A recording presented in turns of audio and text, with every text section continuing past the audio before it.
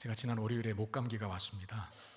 집에 약 하나 먹고 그냥 괜찮아져서 이러다 낫겠지 싶어서 병원을 안 갔는데, 수요일 새벽 기도를 제가 인도해야 되거든요. 근데 새벽에 새벽 기도 말씀을 전하는데 목이 확 잠기는 거예요. 병을 키웠구나, 그런 생각이 들었습니다. 그날 병원 가서 진료보고 처방을 받아서 이제 약을 먹었는데, 저는 아픈 것보다는 이제 그 약 기운 때문에 약을 잘 안 먹으려고 합니다. 왜냐하면 목회라는 게 사실 말씀 준비하고 또 성경 공부 준비하려면 굉장히 집중력을 요하는 일이 많거든요.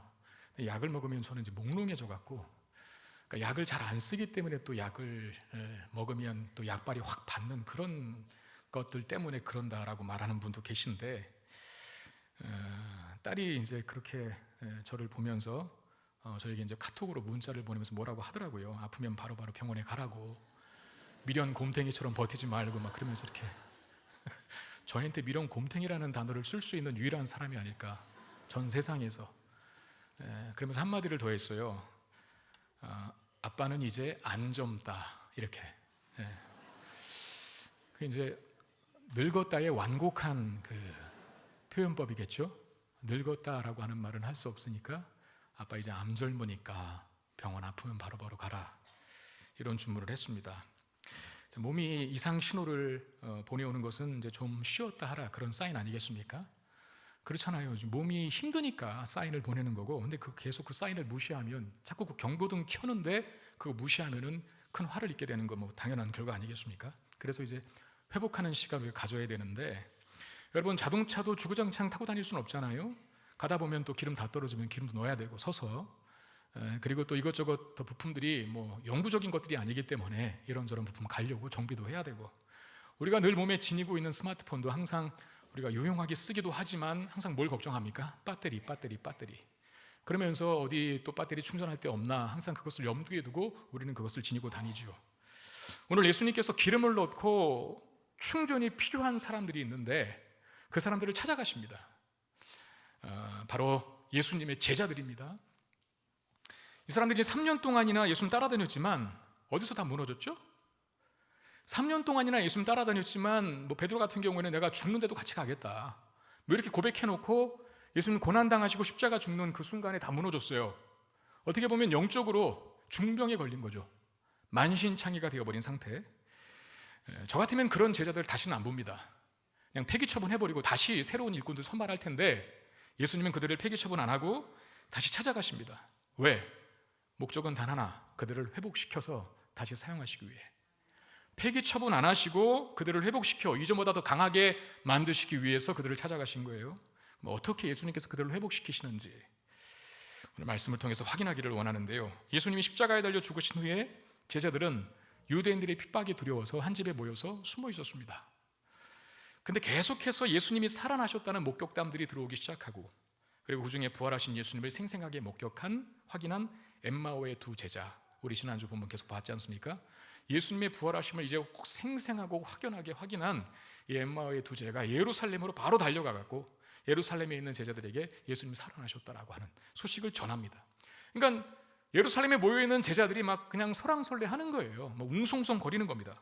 그러던 중에 제자들이 모여있는 곳에 예수님이 나타나셨는데, 36절 보니까 이 말을 할 때에 예수께서 친히 그 가운데 서서 이르시되 너희에게 평강이 있을지어다 하시니 그랬습니다.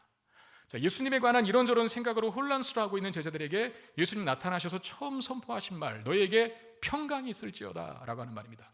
너희에게 평강이 있을지어다, 샬롬이라는 말, 헬라어로 에이레네, 같은 뜻이거든요. 샬롬, 굉장히 큰 축복이지 않습니까? 평안하라, 평강하라, 평화하라, 그런 말이니까. 근데 사실 이게 유대 사회의 일반적인 관습적인 인사말일 수도 있다는 거. 예를 들어서 우리가 안녕하세요, 아침 식사 하셨습니까? 간밤에 잘 주무셨나요? 라고 하는 말투로 평강이 있을지어다, 평강하십니까? 라고 하는 말을 할 수도 있겠지만, 근데 오늘 본문에서 부활하신 예수님께서 제자들에게 나타나셔서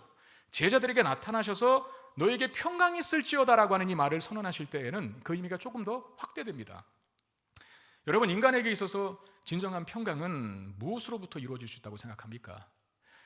우리가 잘 아는 대로 최초의 사람인 아담과 하와는 어디 있었어요? 에덴 동산에 있었죠. 요한계시록에서 그 낙원의 회복을 갖다가 말할 때 에덴 동산이라고 하지 않고 두 글자 낙원, 파라다이스라고 하는 말을 쓰거든요. 분명한 단 하나의 조건은 낙원이라고 한다면 파라다이스라고 한다면 모든 조건이 다 갖추어져 있는 곳이라는 거죠. 걱정이 없이 살 수 있는, 염려가 없이 살 수 있는, 그야말로 평강이 가득한 곳. 자, 그 평강이 가득한 곳에서 이 두 남녀가 살았죠. 최초의 사람 아담과 하와가.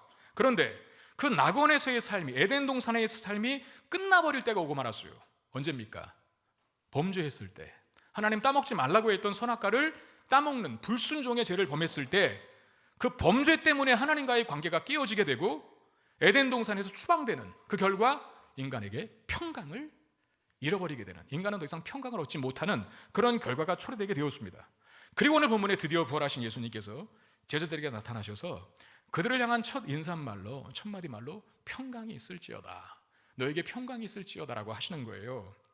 어떻게 그 잃어버린 평강이 다시 회복될 수 있는 것인가 라는 것을 알려주시기 위해서 그 말씀을 의도적으로 하신 것인데, 어떻게 평강이 이루어질 수 있는 겁니까? 잃어버린 평강, 죄 때문에 깨어져 버린 평강이 어떻게 다시 임할 수 있게 되는가 하는 건데, 예수님께서 십자가에 죽으셨다가 3일 만에 부활하심으로 깨어졌던 하나님과의 관계를 회복하셨기 때문에 평강이 이제 너희들에게 주어졌다라고 선언하실 수 있었던 겁니다. 그렇습니다, 여러분. 진정한 평강은 하나님과의 깨어진 관계를 회복하는 것으로부터 옵니다. 다른 것으로부터 오는 게 아니에요. 우리 찬송도 그런 찬송이 있잖아요. 저는 그 찬송 부를 때마다 가슴이 벅차오르는데, 평화 평화로다. 그 평화가 평강이라는 말이거든요. 어디서 내려온다고요? 하늘 위에서 내려온다. 그 사랑의 물결이 영원토록 내 영혼을 덮으소서. 평강은 다른 데서 오는 게 아닙니다.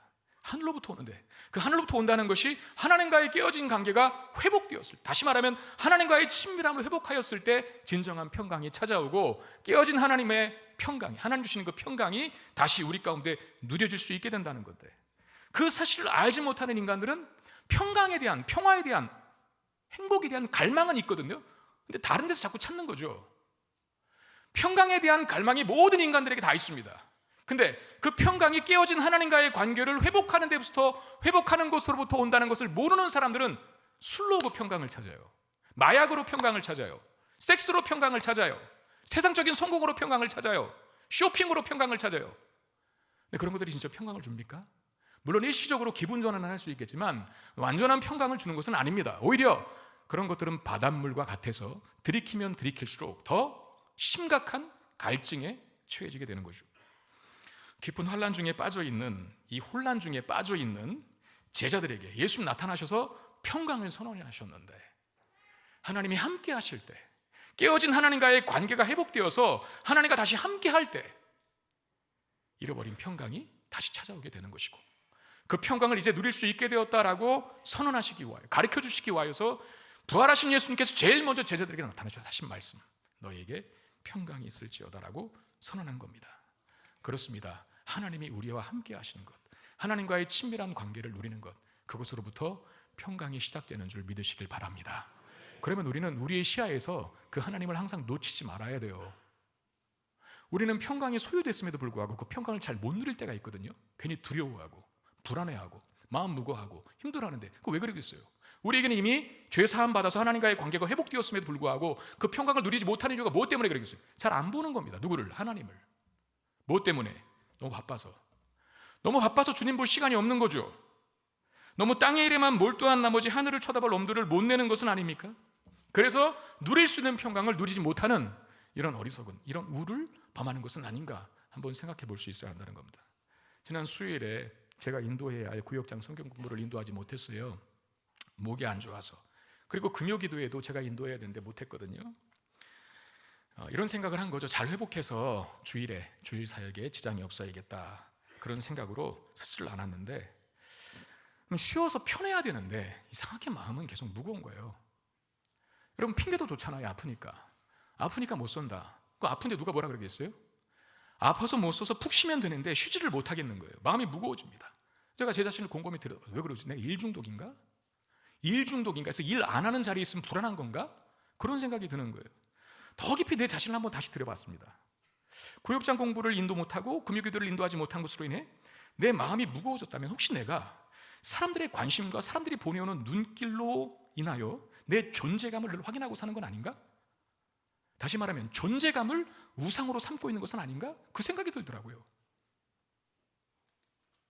하나님이 내 눈에 보였으면, 내가 아픈 중에도 침대에 혼자 덩그러니 누워있는 상황 속에서도 여전히 나와 함께 하시는 하나님 보았으면 내가 마음이 무거워지지 않았을 텐데, 하나님으로 인한 평강은 뒤로 제껴놓고 늘 일상이 사람들의 스포트라이트를 받고 많은 사람들의 관심 속에 있다 보니까 그걸 못 받았을 때 다가오는 불안감, 어쩌면 존재감의 확인이 제 안에 우상일 수 있었던 거죠. 우상. 그렇구나 깨달았어요. 우리가 늘 하나님을 우리의 시야에서 가리는 순간에 다른 것으로 평강을 찾으려고 하고 다른 것으로 평강을 찾으려고 하는 그 순간에, 그런 시도 속에는 진정한 평강은 임하지 않는다는 거, 오히려 더 불안하게 된다는 거, 마음이 무거워지게 된다는 거. 우리 주님은 우리의 존재감 때문에 우리를 사랑하는 게 아니잖아요. 우리 주님은 우리가 늘 잘 살기 때문에 사랑하는 건 아니잖아요. 우리 주님은 우리가 무언가를 늘 업적을 세우고 공로를 쌓았기 때문에 사랑하는 게 아니잖아요. 근데 우리는 늘 그런 식으로 생각해요. 내가 뭘 잘해야만 하나님 나를 이뻐해 주겠다. 내가 뭘 하고 있을 때 사람들이 칭찬을 보내오고 그 칭찬 속에는 하나님 같이 있는 것 같아. 근데 그걸 못하게 되니까 내 마음이 무거워졌어요. 다시 마음 고쳐먹었습니다. 내가 형편없는 상황 속에서도, 내가 보잘것없이 존재하는 그 순간 속에서도 주님이 여전히 나의 귀에 대고 속삭이시겠죠. 그럼에도 불구하고 나도 사랑한다. 내가 너와 함께한다. 그러면 우리 좀 못나도, 좀 못해도, 실패해도, 연약해도, 침대에 덩그러니 누워있는 것밖에는 할 수 없는 상황 속에서도 하늘로부터 오는 그 평강 누리게 될 줄로 믿습니다. 평강은 하나님과의 친밀한 관계로부터 온다는 것을 기억하십시오. 부활하신 예수님께서 제자들에게 나타나셨어요. 자, 그러면 제자들이 어떻게 반응을 할까? 37절 38절, 그들이 놀라워 무서워하며 그 보는 것을 영으로 생각하는지라. 예수께서 이르시되 어찌하여 두려워하며 어찌하여 마음에 의심이 일어나느냐 그랬어요. 자, 예수님 봤으니까 이제 그 전에도, 예수님 오시기 전에도 막 누가 나 봤다는 등, 예수님 살아나셨다는 등, 또 엠마오의 두 제자가 막 이런저런 얘기했잖아요. 그럼 예수님 딱 나타나셨을 때 예수님 정말이군요, 반가워요, 이렇게 말할 줄 알았는데 오히려 그들이 무서워했답니다. 그 이유를 예수님을 영으로 봤다, 영이라고 생각했기 때문이라고 하는데, 영어 성경에 보면 그 영이라는 단어가 고스트로 되어 있습니다. 뭔 뜻이에요? 유령이라는 뜻입니다. 귀신. 그러니까 귀신으로 본 거죠. 저는 충분히 제자들의 마음을, 그 심정을 이해할 수 있습니다. 여러분, 한번 여러분들이 그 입장을 바꿔놓고 생각해 보세요. 저 같은 경우에 만약에 저희 오래전에 돌아가신 누님이 어느 순간 저한테 갑자기 딱 나타나서 재호야 나다 그러면 제가 누님 반가워요 그러겠습니까? 아니면 놀라서 뒤로 자빠지겠습니까? 그건 뻔한 거거든요. 이런 생각까지도 할게. 내가 요새 기도를 안 해서 그러나? 내가 요새 영안이 흐려졌나? 마귀가 나를 갖고 노냐? 예수 이름으로 당장 물러갈지어다 그러겠죠. 제자들도 그런 마음 충분히 이해해요. 물론 부활하셨다라고 하는 얘기는 들었지만 눈앞에 딱 나타난 예수님 보고 선뜻 기뻐하지를 못하게 되는, 예수님 반갑습니다, 정말 말씀하신 대로 살아나셨군요 라고 축하하고 환영하지는 못하는 그런 분위기가 형성될 충분한 이유가 있다는 거죠. 근데 그들이 예수님 보고 유령이라고 생각한 데는 한 가지 이유가 더 있습니다. 요한복음 10장 19절에 보면 이날 곧 안식 후 첫날 저녁 때에 제자들이 유대인들을 두려워하여 모인 곳에 문을 닫았더니 예수께서 오사 가운데 서서 이르시되 너에게 평강이 있을지어다. 자, 유대인들이 자신들에게도 핍박이 임할까 봐 한 곳에 모여서 유대인들을 피해 숨었어요. 그리고 문을 닫았다고 하는, 그 닫았다가 헬라어로는 잠갔다는 뜻입니다. 그런데 예수님이 오셨어요. 똑똑똑 문 열어라. 문 열어줘서 들어온 게 아닙니다. 어떻게 들어오셨을까요? 그냥 들어오신 겁니다. 그래서 놀랐어요. 부활하신 부활체를 입으신 것이죠. 시간과 공간의 제약을 받지 않으시는 주님의 모습을 보여주는데, 그게 사실 인간의 합리로는, 지금 두 눈으로 육안으로 보는 예수님은 정말 그 이해가 안 되지 않습니까? 어떻게 문을 안 열어줬는데 그냥 들어오셨을까? 그래서 유령으로 보고 놀란 겁니다. 그런 제자들에게 예수님은, 자신의 부활하신 육체를 믿지 못하는 제자들에게 예수님은 두 가지 행동을 나타내 보여주심으로 내가 정말 실제 부활했노라 라는 사실을 각인시켜 주시고 확인시켜 주시는데, 먼저 손과 발을 보여주십니다. 손과 발. 이거 보여주시더니 그럼 만져보래요. 왜 손과 발을 보여주셨을까요, 여러분? 간단하게 생각해서 왜? 그렇죠. 십자가에 못 박힌 손과 발 아닙니까? 자, 봐라, 여기 십자가에 못 박힌 흔적이 있지. 이게 나다. 내가 살아났지 않니? 라고 보여주시는 겁니다. 그래도 믿지 못하니까 이제는 뭘 달라고 하십니까? 먹을 것 좀 갖고 와봐. 먹을 거. 왜? 여러분, 귀신은 죽었다 깨나도 못 먹습니다. 먹지 못합니다. 영이 아니라는 사실을 가르쳐 주시기 위해서 예수님 먹을 것을 달라고 했고, 제자들이 구운 생선 한 토막을 갖다 드립니다. 그랬더니 예수님께서 그것을 드셨죠. 자신의 유령이나 환상이 아니라 실제 육체로 부활하셨음을 증명하신 겁니다. 저는 이 예수님의 이런 모습, 이런 행동 속에서 예수님이 얼마나 제자들로 하여금 자신의 부활을 믿게 하려고 얼마나 노력하고 계시는지 그 모습을 발견해요. 부활한 자신을 믿게 하기 위해서 온갖 노력을 다 기울이고 계시는 예수님의 모습을 여기서 지금 볼 수 있지 않습니까? 사실 그런데 제자들이 그럴 만한 대우를 받은 사람들인가요? 아니잖아요. 제자가 되어 살아가는 삶에 많은 실패와 실수가 있었습니다. 어쩌면 주님이 기뻐하신 일보다는 주님이 마음 아파하는 일을 더 많이 했던 제자들이었습니다. 심지어 주님이 고난당하실 때는 다 도망쳐버렸고, 심지어 수지사라고 떠벌리고 다녔던 베드로는 그 막판에 예수님을 3번이나 부인하고 도망쳤어요. 어쩌면 예수님 입장에서, 인간적인 입장에서 본인이 힘들 때 가장 곁에서 자신을 지지해주고 지켜줘야 할 사람들이 제자들 아니었겠습니까? 자신이 가장 필요로 하는 순간에 다 도망치고 없어. 이건 실망을 넘어서 분노가 되고요, 한번 보자 나중에, 이렇게 되는 겁니다. 내가 너희들 어떻게 원수를 갚나 한번 보자, 이렇게 돼야 되거든요. 근데 예수님이 찾아오셨어요. 복수하러 찾아왔습니까? 심판하려고 찾아왔나요? 너희들 왜 나 부인했어? 왜 나 도망쳤어? 이거 무슨 징벌하려고, 징계하려고, 문책하려고 찾아오셨습니까? 그러려면 처음부터 평강이 있을 것이라고 선언하지도 않았겠죠. 그리고 예수님이 찾아오셔서 잘 안 믿는, 부활하신 예수님을 잘 믿지 못하는 그들에게 믿음을 주시기 위해서 손과 발을 보여주시고, 심지어 먹는 행동까지도 취하고 계시는 이 배려, 사려 깊은 행동을 하고 계신다는 거죠. 여러분, 제자들은 예수님이 부르신 사람들입니다. 다시 말하면 예수님이 선택하신 사람들입니다. 어쩌면 그들이 중간에 한 짓을 보면 선택이고 뭐고 제자고 뭐고 너희들은 다 탈락, 이래야 맞는데 찾아오셔서 그들의 꺼진 불씨와 같은 믿음을 다시 회복시켜 주시는 주님의 모습을 볼 수 있다는 거죠. 뭘 말합니까? 주님께서 택하신 백성, 자녀 삼기로 작정하신 주의 백성들을 결코 포기하시지 않는다라는 것을 가르쳐 주시는 것 아니겠습니까? 하나님이 우리를 그렇게 대하셨잖아요. 우리가 예수를 믿어서 이 자리에 있기까지 우리의 믿음과 선택 이전에 하나님의 설득의 과정이 있었기 때문에 지금 다 우리가 여기에 앉아 있을 수 있는 거예요. 먼저 믿은 내 남편, 내 아내를 통해서, 내 자녀를 통해서, 내 엄마 아빠를 통해서, 먼저 믿은 내 직장 동료와 친구를 통해서 끊임없이 복음을 전하고 끊임없이 교회 다니자고 얘기를 들었기 때문에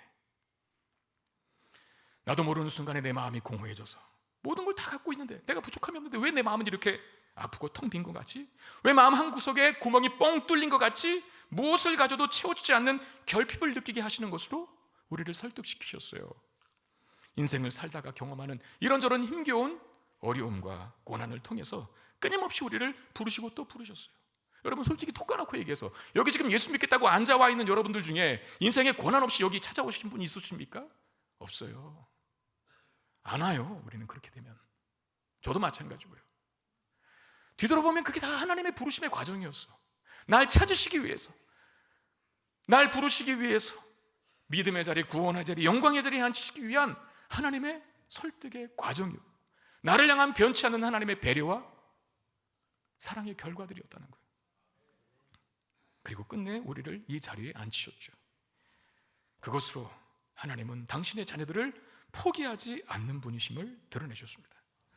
우리 각자를 향한 이 하나님의 포기하지 않으시는 사랑은 우리를 찾아오셨을 때뿐만 아니라 우리 인생의 이제 남은 시간들 속에서도 계속될 것입니다. 남은 시간들 속에 여전히 우리가 완벽하지 못해서 실패가 있고 실수가 있고 우리 하나님의 마음을 또다시 아프게 하는 과정, 또 사건이 있을지라도, 그럼에도 주님은 우리를 포기하지 않으시고 다시 찾아오셔서 우리를 다시 회복시켜 주실 것입니다. 그런 주님의 변치 않는 사랑을 믿는 사람들의 특징이 있어요. 실수나 실패가 발목을 잡아도 수없이 많은 어려움 속에서도 훌훌 털고 다시 일어나 제 갈 길 잘 간다는 거예요. 그 사람의 의지가 강력해서가 아닙니다. 그 사람이 낙관주의자라서 그런 게 아니라 그걸 믿는 거죠. 아, 내가 연약해도, 내가 실수했고 내가 실패했어도, 심지어 내가 죄악 덩어리라 할지라도 나를 사랑하신 하나님의 근거는 내가 나의 어떠함이 아닌 당신의 일방적인 사랑으로 나를 사랑하셨으니 그 변치 않는 사랑으로 나의 오른손 다시 붙들어 일으킬 것이다 라고 하는 확신이 있으니까 거기에 발목 잡히지 않는 거죠. 다시 일어나서 또 갈 길 가고 믿음의 길을 걸어가는 것 아니겠습니까? 이 자리에 실패와 절망으로 넘어져 있는 분들이 계십니까? 인생의 무게로 주저앉아 계신 분들이 계십니까? 오늘 우리에게 찾아오셔서 우리의 손 붙잡아 일으켜 세워주시는 우리 주님의 은혜를 경험할 수 있게 되기를 주의 이름으로 축원드립니다. 아멘. 이제 예수님께서 엠마오의 두 제자에게 하셨던 것처럼 다시 한번 성경에서 예언한 메시아, 그 메시아에 대한 말씀을 가르치십니다. 자, 46절 48절 말씀 우리 한번 같이 읽어보도록 하겠습니다. 시작. 또 이르시되 이같이 그리스도가 고난을 받고 제3일에 죽은 자 가운데서 살아날 것과 또 그의 이름으로 죄사함을 받게 하는 회개가 예루살렘에서 시작하여 모든 족속에게 전파될 것이 기록되었으니 너희는 이 모든 일의 증인이라. 아멘. 우리 지난 시간에 봤던 엠마오의 두 제자에게도 예수님께서 성경을 가르치셨잖아요. 성경을 가르치는 걸 듣다 보니까 그들의 마음이 뜨거워졌잖아요. 기억하시나요? 그때 예수님께서 가르치신 건 두 가지였습니다. 하나는 뭐냐면 메시아에 대해서 가르칠 때 메시아가 고난받고 죽게 될 것이다 라고 하는 것과, 또 하나는 메시아는 죽는 것으로 끝나지 않고 어떻게 된다고요? 부활할 것이다. 구약 성경에 예언된 내용이다. 그렇게 가르치셨어요. 근데 오늘 이 다 모여있는 제자들 그룹에서는 예수님께서 엠마오의 두 제자에게 가르쳤던 것, 예수님의 죽으심과 즉 메시아의 죽음과 부활 플러스 또 하나를 가르치십니다. 그게 뭡니까? 그의 이름으로 죄사함을 받게 하는 회개가 예루살렘에서부터 모든 족속에 전파될 것까지. 48절인가요? 기록되어 있잖아요. 그의 이름으로 죄사함 받게 하는 회개가 예루살렘에서부터 어디까지요? 모든 족속에게까지 전파될 것까지 말씀하십니다. 근데 여러분, 사실은 이게 유대인들에게 있어서는 이 가르침을 쉽게 받아들일 내용이 아닙니다. 왜냐하면 결국 메시아가 와서 메시아의 이름으로 회개하여 죄사함 받는다라고 하는 것은 구원받는다는 뜻이거든요. 근데 유대인들에게는 구원은 누구만 받는 겁니까? 혈통상으로 유대인들만, 신분상으로 유대인들만 구원을 받는 거거든요. 지금 여기 모여있는 제자들 다 유대인들이에요. 그런데 아니 모든 민족에게까지 구원의 복음이 증거된다라? 우리가 배운 건 아닌데? 이렇게 생각할 수 있지 않습니까? 여러분, 이 그들의 고정관념, 자신들만 구원받는다, 이방인들은 그야말로 필요성이 지옥의 불쏘시개 밖에는 되는 이유가 없는 존재라고 생각한 그들의 바뀌지 않는 이 잘못된 고정관념이 나중에 사도행전에서 오순절 성령 강림을 통해서 진짜 능력 있는 복음의 증인으로 살아가기 시작하거든요. 근데 사도행전 10장에 가는 동안까지도 잘 안 바뀌어요. 이 선민의식이, 특권의식이, 유대인들만 구원받는다라고 하는, 베드로뿐만 아니라 모든 다른 제자들도 마찬가지, 정말 바뀌지 않는 개념. 근데 여러분, 사실 하나님의 구원 사역은 이미 세계와 열방을 향해 있었다는 것을 예수님이 구약 성경을 가르쳐 주심으로 오늘 말씀하신 것입니다. 그럼에도 유대인들은 그 구원을 자신들의 것으로만 제한시켰어요. 크신 하나님의 구원 계획을 자신들만을 위한 것으로 축소시켜버렸다는 겁니다. 우리식으로 말하면 이런 거 아니겠습니까? 성경을 읽고 싶은 번 읽은 거예요. 보고 싶은 내용만 본 거고. 여러분, 설교도 그렇잖아요. 저 말씀은 아니야. 대충 흘겨 듣는 것이 있고, 저 말씀은 내 말씀이야, 딱 붙잡는 게 있잖아요. 원래 다 붙잡아야 되는 거거든요. 다 내 말씀으로 받아야 되는데, 우리가 말씀을 듣든 성경을 보든 내 고정관념이나 내 생각이나 나의 바람과 어떤 나의 기준과 내가 생각했던 그 원칙에 부합하지 않는 메시지들은 자꾸 거느리려고 합니다. 하나님 마음과는 상관없이. 제가 어제 신문에서 본 기사입니다. 한 동물단체가 어느 이제 식기 밀폐 용기를 파는 회사인 것 같아요. 그 한 회사가 밀폐 용기를 광고를 하는 내용을 한 동물단체가 비판하는 기사를 쏟아냈거든요. 그 광고에 이제 고등어랑 쭈꾸미랑 그다음에 소를 얘기하면서, 요새는 이제 그 밀폐 용기에다 다 그 식재료를 담아서 냉장고에 보관해 두는 거를 또 유행이라고 하지 않습니까? 근데 그게 뭔지 모르니까 그 밀폐 용기에다 담고 거기다가 그렇게 쓰라는 거예요. 그 쓰는데 어떻게 쓰라고 광고를 했냐면, 고등어 같은 경우에는 내 꿈은 고등어 구이, 이렇게 그 밀폐 용기에다가 고등어 담아놓고 그 쓰는 내 꿈은 고등어 구이라. 쭈꾸미는 나는 쭈꾸미 볶음이 되고 싶어, 이렇게 써놔. 소는 어떻게 됐을까요? 나는 스테이크가 될래, 이렇게. 그 광고를 본 동물 단체가 발끈한 거죠. 그래서 이제 클레임을 건 건데 너무 과하지 않느냐는 거예요. 아무리 광고지만 동물을 너무 이렇게 비하하는 것 아니냐. 사실 고등어가 꿈이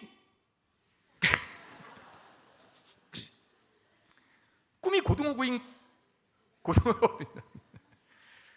꿈이 쭈꾸미 볶음이 되고 싶은 쭈꾸미가 어딨냐는 거예요. 소는 난 스테이크가 될래? 그거는 지금 누구 편에서만 해석한 겁니까? 먹는 인간 중심적으로 해석을 한 거잖아요. 참 기도 코도 안 차는. 여러분, 우리가 성경을 볼 때 자주 그런다니까요. 자기중심성. 지금 유대인들이 딱 여기에 걸린 거죠. 우리는 우리만 구원받는 줄 알고 있는데 모든 민족에게 구원의 복음이 전파된다고? 이 말이 잘 안 들리는 겁니다. 이미 구약 성경에 기록되어 있는데, 예수님 다시 가르쳐 주셨는데도 불구하고 사도행전 10장에 가서 나야 예수님 환상을 보이죠. 하나님이 부정한 짐승을 내려 보이면서 이거 잡아먹어라. 베드로, 안 돼요, 안 돼요, 못 먹어요. 이런 환상 있잖아요. 10장에. 그 10장에나 가서야 그 관념이 깨지거든요. 얼마나 우리 고정관념으로, 우리의 기준으로 하나님 말씀을 자꾸 재단하려고 하는가 하는 내용을 이 유대인들을 통해서 볼 수 있다는 거예요. 우리는 열린 마음으로 성경을 읽어야 합니다. 그 열린 마음으로 성경을 읽는 게, 또 성경을 받는 게 뭡니까? 하나님 말씀 듣는 게 뭘까요? 열린 마음으로 주여 말씀하옵소서 내가 듣겠나이다 라고 하는 이 마음의 밭을 가지고 듣고 보고 배울 때 하나님의 마음을 내 마음에 맞추려고 하지 말고 내 마음을 하나님 마음에 맞추려고 하고 내 기준과 고정관념을 고수하지 말고 하나님 말씀하실 때 내가 듣겠습니다라고 듣는다면 우리는 하나님 말씀을 착각하는 이 오류는 범하지 않을 수 있는 거죠. 우리에게 하나님 말씀은 자주 우리의 고정관념과 우리의 원칙과 우리의 기준에 부합하지 않는 내용들이 참 많습니다. 때로는 원수를 사랑하라고도 하고, 누가 너의 오른밤을 치거든 왼밤도 돌려대라고 하고, 누가 너의 겉옷을 가져가려고 하거든 속옷까지도 내어주라. 이게 사실 우리의 기준에 부합하지 않는 요구들 아닙니까? 그때 우리 어떻게 해야 하냐는 거죠. 사도행전 8장에 보면 빌립 집사의 이야기가 나옵니다. 사마리아에서 복음을 전하는데, 사마리아에서 이 빌립 집사가 복음을 전하는데 그 사마리아 땅에 큰 부흥이 일어나요. 근데 느닷없이 성령께서 빌립에게 광야로 가라고 하십니다. 여기 지금 복음 전에서 어마어마하게 많은 사람들이 돌아오고 있는데 왜 사람 인적이 드문 광야로 나를 가라고 하실까? 이거 아니에요, 그거. 난 그냥 여기서 계속 할래요. 이럴 수 있는 거거든요. 근데 빌립 집사가 그 성령의 음성에 인도하심에 순종해서 광야로 갑니다. 그때 누구를 만납니까? 에디오피아 관리를 만나죠. 예루살렘에 갔지만 그러나 아무것도 얻지 못하고 공허한 마음을 갖고 고국으로 돌아가는 에디오피아 관리에게 성령께서 가서 복음을 전하라 라고 사인을 주시자 복음을 전합니다. 그 에디오피아 관리가 기쁘게 복음을 듣고 기쁘게 세례를 받고 고국 땅으로 돌아가거든요. 어쩌면 아프리카 땅에 복음을 전한 최초의 통로가 되지 않았을까. 그러니까 하나님은 우리의 고정관념, 우리의 기준에 부합해서 하나님의 뜻을 묶어두면 하나님의 큰 그림을 우리를 통해 그리려고 하시는데 그 일을 못 보게 되는 우를 범할 수 있게 된다는 거예요. 내 생각에 맞지 않는다고 하나님의 뜻을 거부하는 순간에 우리는 큰 복을 자꾸 놓치게 됩니다. 하나님의 요구는 때로 우리의 상식과 이해를 뛰어넘을 때가 있거든요. 그때 하나님의 빅픽처, 큰 그림을 인정하고 나의 작은 순종을 발휘하십시오. 반드시 놀라운 결실이 보게 될 날 오게 될 것입니다. 우리에게 발생하는, 우리 인생 속에 발생하는 모든 일들도 다 그와 같은 관점으로 해석하는 안목이 필요해요. 우리 안에, 우리 인생 속에, 우리의 삶에 얼마나 내가 원치 않는 일들이 하루에도 수도 없이 많이 발생합니까? 그때 왜 나에게 이런 일이 일어났지? 하나님 살아계신 한 것일까? 왜 하나님 기도했는데 안 도와주지? 이렇게 생각하지 마시고 하나님의 큰 그림이 있겠지, 하나님의 큰 뜻이 있겠지 라고 인정하고 그 순간순간 작은 나의 순종을 그 안에서 발휘하십시오. 반드시 그런 작은 우리의 순종을 통해서 놀랍고 위대한 하나님의 뜻을 이루어 가실 줄로 믿습니다. 그게 우리를 행복하게 하는 거예요. 내가 우선이 아닙니다. 말씀이 우선입니다. 말씀에 나를 맞추는 것, 그게 우리를 복되게 하는 거죠. 예수님은 제자들에게 이제 증인의 사명을 위임하시는데 메시아를 통해서 죄사함 받고 회개하여 구원에 이르는 사람들이 많아지게 될 건데, 모든 민족에게 그 말씀들이 다 전파될 것이다 라고 구약 성경이 참된 의미를 가르쳐 주면서 그 모든 민족에게 이 복음이 전파되어야 하는데 그 일을 너희들이 해라 라고, 너희들이 이 일의 증인이라 라고 하면서 증인된 사명을 위임하십니다. 그러면 다음 단계는 뭐가 되어야 합니까? 자, 이제 출발해라, 세상으로 나아가라, 이렇게 돼야 되는데 예수님은 너희들이 이 복음의 증인이라 라고 말씀하신 다음에 그리고 기다려라 그럽니다. 바로 출발하지 말고 잠깐 기다려라 라고 말씀하시는데, 자, 49절입니다. 우리 한번 같이 큰 소리로 읽겠습니다. 시작. 볼지어다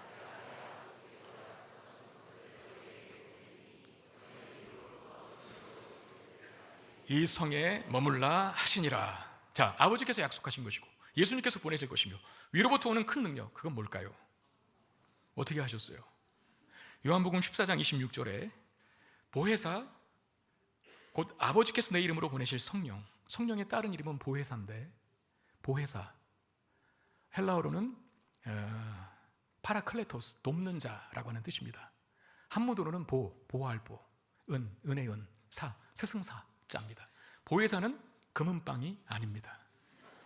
성령의 이름이에요. 우리를 보호하시고 은혜 주시고 가르치시는, 그분이 오신대요. 언제? 하나님께서 약속하시고 예수님께서 보내시며 위로부터 능력으로 덧입혀질 때, 하나님께서 보내시고 예수님께서 보내시며 위로부터 덧입혀지는 능력이라고 했을 때 그건 다른 게 아니라 바로 성령 하나님을 가리켰던 거예요.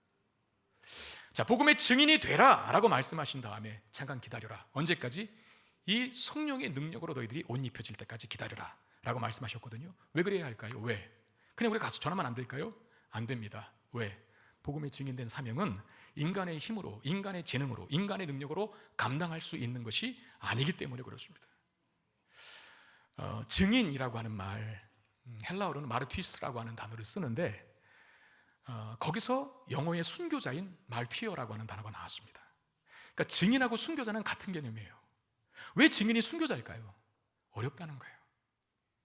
세상에 나아가 복음의 증인으로 살아가는 삶이 그냥 설렁설렁한 삶이 아니라는 거예요. 대충 해도 되는 삶이 아니라는 거예요. 그냥 넉넉히 우리 힘으로도 감당할 수 있는 그런 일이 아니라는 거죠. 반드시 성령의 능력을 덧입어야만 감당할 수 있는 너무나도 고되고 어려운 일이기 때문에 성령의 능력을 입으라라고 말씀하신 겁니다. 우리는 뭘 행하기 이전에 내가 먼저 항상 준비되어야 한다는 사실을 이 말씀 속에서 깨달을 수 있어야 합니다. 여러분, 교회에도 많은 봉사의 영역이 있는데 저는 다 그렇게 하시고 계시는 줄 아는데 자기 예배가 먼저 있어야 돼요. 그게 교사든 뭐 주차봉사위원회든 아니면 식당봉사든 뭐든 간에 여러분, 주일날 우리가 봉사로 오는 게 아니지 않습니까? 그리고 봉사도 그 봉사가 제대로 되기 위해서는 내가 먼저 준비되는 일이 필요하거든요. 다시 말하면 오늘 본문의 근거에서 말씀드리면 성령의 충만함을 입는 작업이 먼저 필요하든, 도잉보다는 비잉이 먼저 돼야 된다는 거죠. 행하는 것보다는 되는 게 준비되는 게 먼저 선행돼야 돼요. 그렇지 않으면 봉사가 아니라 그 봉사를 통해서 교회를 허물게 됩니다. 아이들을 향한 사랑과 은혜가 흘러나오는 게 아니라 짜증과 불평과 원망만 쏟아냅니다. 교회에 대한 감사한 마음이 아니라 불만과 불평만 토해내죠. 그러니까 채워져야 사용할 수 있는 것 아닙니까? 우리의 매일의 삶도 마찬가지 아닐까요? 우리는 뭐 꼭 단기 선교를 가서 선교지에 나가는 것만 복음의 증인으로 착각을 하는데 아니에요. 여러분, 우리가 이 예배의 자리를 떠나는 모든 순간에 맞닥뜨리는 세상이라고 하는 환경이 다 증인된 삶을 살아야 할 필드거든요. 그렇다라고 한다면 우리는 매일매일 증인된 삶을 살기 위해서 성령의 충만함이 필요합니다. 그러면 하루의 첫 시작을 무엇으로 해야 될까요? 성령은 그냥 충만해지는 게 아닙니다. 말씀과 기도로 하루를 시작해야 성령의 능력을 덧입어서 증인된 삶을 감당할 수 있는 거죠. 여러분, 정말 그렇지 않아요? 기도하여 성령 충만하여 시작한 하루와 기도하지 않고 성령이 충만하지 않은 상태에서 맞게 되는 하루의 내용이 같습니까? 분명히 다를걸요. 내용이 달라서 다른 게 아니라 느껴지는 강도가 틀려져서 다른 거예요. 왜? 기도 안 하면 작은 돌뿌리도 넘어지거든. 근데 기도하면 폭풍이 와도 폭풍처럼 느껴지지 않아요. 성령이 충만하지 않으면 작은 장애물 하나 못 넘거든, 넘어지거든. 근데 성령으로 충만하면 태풍이 몰아쳐도 태풍으로 느껴지지 않습니다. 여전히 문제 속에 있고 사건 사고가 끊이지 않지만 그 문제를 대하는 태도는 다를 것이라는 거죠. 성령이 충만할 때와 그렇지 않을 때. 우리 복음된 증인으로 오늘 하루를 살기 위하여 매일매일을 항상 성령의 충만함으로 옷 입고 세상으로 나아가시는 저와 여러분 되시기를 바랍니다. 제가 하나 보여드릴게요. 이렇게 됐으면 좋겠습니다. 저게 뭘까요? 영화 좋아하시는 분은 아시겠는데 아이언맨입니다. 저 옆에 있는 남자가 주인공인데 그냥 평범한 양복을 입고 있을 때는 그냥 평범한 동네 아저씨입니다. 그런데 저 수트를 입는 순간에는 천하무적이 됩니다. 제가 왜 저 이미지를 연상했냐면 오늘 성경에 자세히 보세요. 입혀질 때까지 그랬거든요. 원어를 봤어요. 옷을 입다. 여러분, 우리에게 성령의 수트가 필요합니다. 아이언맨이 입는 수트는 못 이기는 적이 있기는 해요. 그런데 성령의 수트를 입는 순간에 우리는 천하무적이 됩니다. 마음에 안 들어요. 다시 한번. 성령의 충만함을 입는 순간에 우리는 천하무적이 됩니다. 아멘. 넘지 못할 장애물 없고, 이기지 못할 적들 없고, 건너지 못할 강 없고, 풀지 못할 문제 없고, 반대로 온전히 우리에게 맡겨주신 복음의 증인으로서의 사명 감당하게 될 줄로 믿습니다. 우리 약속의 말씀 기억하며 찬양합시다. 하나님, 오늘 내게 성령의 충만한 능력을 부어 주시옵소서, 성령의 두루마기를 입혀 주시옵소서라고 하는 마음으로 찬양합시다.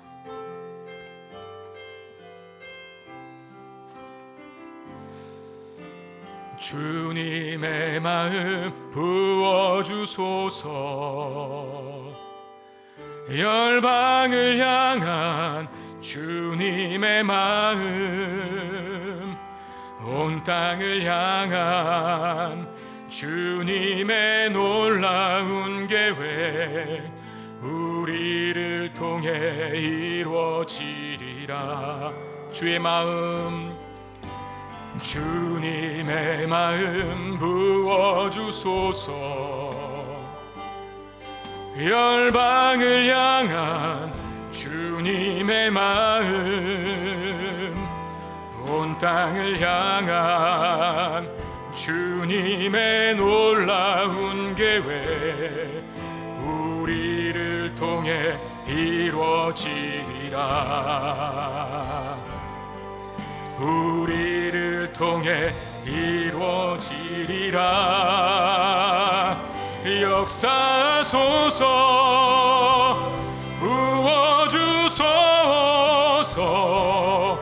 주님의 성령 우리 가운데, 주님의 말씀과 계시를 주소서, 온 땅 위에 주님의 나라를 역사하소서, 부어주소서, 주님의 성령 우리 가운데, 주님의 말씀과 계시를 주소서, 온 땅 위에 주님의, 다시 한번 찬양합시다. 주님의 마음 부어주소서, 주님의 마음 부어주소서, 열방을 향한 주님의 마음, 온 땅을 향한 주님의 놀라운 계획, 우리를 통해 이루어지리라. 우리를 통해 이루어지리라. 역사하소서, 역사하소서, 부어주소서, 주님의 성령 우리 가운데, 주님의 말씀과 계시를 주소서. 온 땅 위에 주님의 나라 역사하소서. 부어주소서. 부어주소서. 주님의 성령, 주님의 성령 우리 가운데 주님의 말씀과 계시를 주소서. 온 땅 위에 다시 한번 찬양합시다. 역사하소서. 부어주소서. 역사하소서. 부어주소서. 주님의 성령 우리 가운데 주님의 말씀과 계시를 주소서. 온 땅 위에 주님의 나라를 역사하소서. 부어주소서. 주님의 성령 우리 가운데 주님의 말씀과 계시를 주소서. 온 땅 위에 주님의 나라를. 우리 시간 기도할 때 하나님, 내가 만신창이 되어 왔습니다. 한 주간 승리하며 살아야 하는데 여전히 죄짓고 여전히 범죄했고 여전히 무너졌습니다. 그래서 다시 왔습니다. 우리를 외면하지 않으신 주님, 우리에게 다시 한번 성령의 충만함 주셔서 이 땅을 복음의 증인으로 살아갈 수 있게 하여 주시옵소서. 그 안에서 행복한 우리의 삶이 되기를 원합니다. 내가 감당할 수 없는 일, 이 시간 간절히 구하오니 우리에게 약속하신 성령 충만하게 부어주시사 모든 문제 해결하고 모든 장애물 뛰어넘고 모든 대적들을 이길 수 있는 지혜와 능력 허락해 주시옵소서. 우리 마음으로 같이 기도하는 시간 갖겠습니다. 기도하겠습니다. 아버지 하나님, 은혜와 사랑을 감사드립니다. 귀한 말씀 주시고 그 말씀 붙잡고 기도합니다. 하나님, 주님을 다 떠나버렸던 제자들을 찾아오시사 저들을 회복시키시기를 원하셨던 주님이 그 마음으로 이 시간 우리를 만나주시기를 원합니다. 우리 오른손을 붙잡아 주시기를 원합니다. 죄악으로 우리 인생의 무지함과 연약함으로 실패했던 실수투성이었던 죄악 덩어리였던 우리의 모습을 회개하오니 다시 한번 주님 우리를 용서하시고 품에 안으시사 회복시켜 주시옵소서. 영적인 재충전이 그리고 재무장이 일어나는 시간 되기를 원합니다. 그러기 위해서 우리에게 성령의 충만함이 필요하오니 주여, 성령으로 우리를 충만하게 하여 주시사 복음의 증인으로 살아갈 수 있게 하여 주시옵소서. 성령의 두루마기로 옷 입히시사 하나님, 천하무적의 주님의 사람 되게 하여 주시고 수많은 장애물도 넘어지지 아니하고 수많은 대적들을 이기게 하여 수많은 문제와 연약함 속에서 강한 주님의 사람으로 살아갈 수 있는 능력을 공급받는 우리가 되게 하여 주시옵소서. 오 하나님, 채워주시기를 원합니다. 오 하나님, 부어주시기를 원합니다. 성령의 충만함으로 우리를 채워 주시옵소서.